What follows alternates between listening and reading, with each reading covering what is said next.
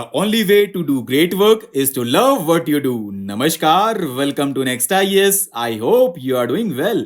In this video, we will cover major headlines of the Hindu, Indian Express, and Press Information Bureau. So, without wasting any time, let's start today's discussion. And her first article talks about Agnipath scheme, which was launched in 2022 to recruit both male and female aspirants into below the officer ranks cadre of the three services for a period of 4 years as Agniveers. Under this scheme, Agniveers are recruited for 4 years, on the completion of which up to 25% would be selected into the regular ranks on a permanent basis. Talking about the eligibility, candidates between the age group of 17.5 to 21 years are eligible to apply for the scheme. Now, many political parties have raised the issue of Agnipath and called for a discussion on it. And Department of Military Affairs in the Defense Ministry, headed by Chief of the Defense Staff, has sought feedback from the forces on the scheme. Next article talks about Warfare and Aerospace Strategy Program, which was recently concluded by Indian Air Force. It is a strategic education program of 15 weeks that was started in 2022 to provide participants with deep understanding of geopolitics,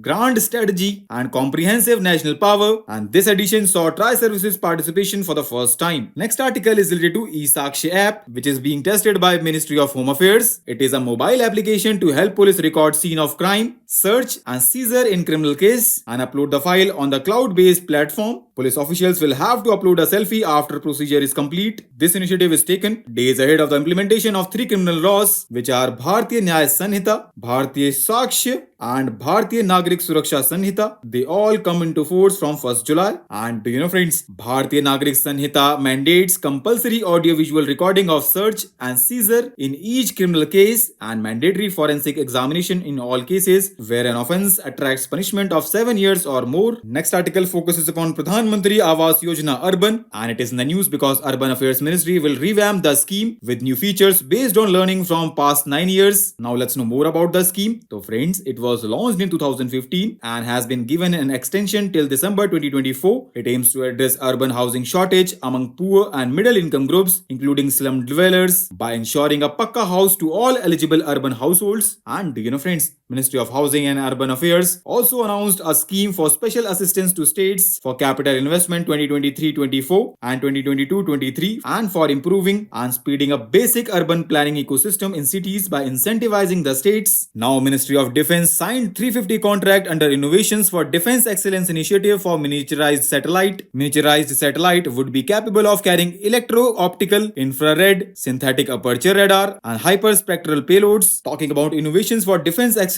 Framework Initiative, it was launched with an aim to foster innovation and technology development in defense and aerospace sector by engaging industries including MSMEs, startups, individual innovators, R&D institutes, and academia, and promote self-reliance. Government has approved central sector scheme with budgetary support of more than 490 crore for next 5 years from 2021-2022 to 2025-2026. Next article is related to K-shaped recovery, which refers to a situation where some sectors of the economy revive after slowdown or recession while others don't. It means not all sectors of the economy are recovering. It is being widely debated that post-pandemic recovery in India has been K-shaped. Next article focuses upon wild boars because recently Tamil Nadu government has decided to allow culling of wild boars that cause distress to farmers in farmlands close to forest areas. Talking about wild boars, it occupies a wide variety of temperate and tropical habitats. It has one of the widest geographic distribution of all terrestrial mammals. It occurs in all continents except Antarctica and on many oceanic islands. IUCN Red List of Threatened Species classifies wild boars as least concern species. According to recent data, half of the Indians are physically unfit and they don't meet the World Health Organization guidelines on sufficient physical activity. More women than men are physically inactive. And do you know, friends, World Health Organization recommended at least 150 to 300 minutes of moderate aerobic activity per week for all adults. In this article, we have to know about Saipan, which is the capital of Northern Mariana Islands, a US Commonwealth in the Western Pacific. Next and last article is related to Deputy Speaker. Now let's know more about this post. So friends, according to Article 95, Subclause 1, Deputy Speaker performs the duties of Speaker. If the post is vacant, the Deputy Speaker has the same general powers as the Speaker when presiding over the House House. According to Article 94, Speaker or Deputy Speaker shall vacate his office if he ceases to be a member of the House of People. They may also resign or may be removed from office by resolution of the House of the People, passed by majority of all then members of the House. And do you know, friends, Article 93 is related to appointment of the Speaker and Deputy Speaker. So with this, let's conclude our today's discussion. Thanks for listening, and for regular updates, you can follow us on various social media platforms.